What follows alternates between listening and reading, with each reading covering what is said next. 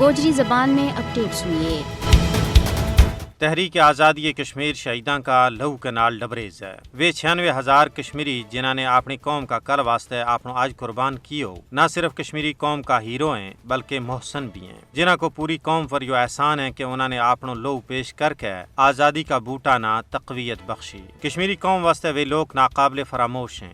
آزادی کشمیر کی مقدس تحریک میں نہ صرف تحریک آزادی کا کارکنہ بلکہ قائدین حریت نے خود اپنا لہو پیش کر کے پوری دنیا پر یہ ثابت کیو کہ آزادی کا رہنما تحریکی صفحہ کے پیچھے نہیں بلکہ پیش ہیں۔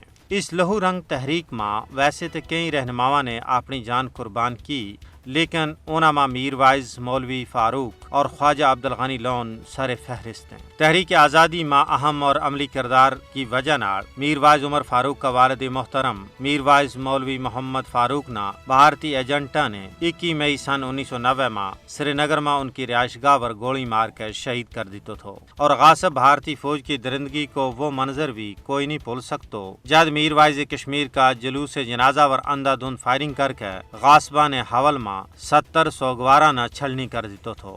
بعد ازاں 21 مئی 2002 میں میر وائز مولوی فاروق کی برسی کا موقع پر سری نگر کا علاقہ عیدگاہ میں ایک اور آزادی کا پروانہ خواجہ عبدالغنی لون نہ شہید کر دیتا۔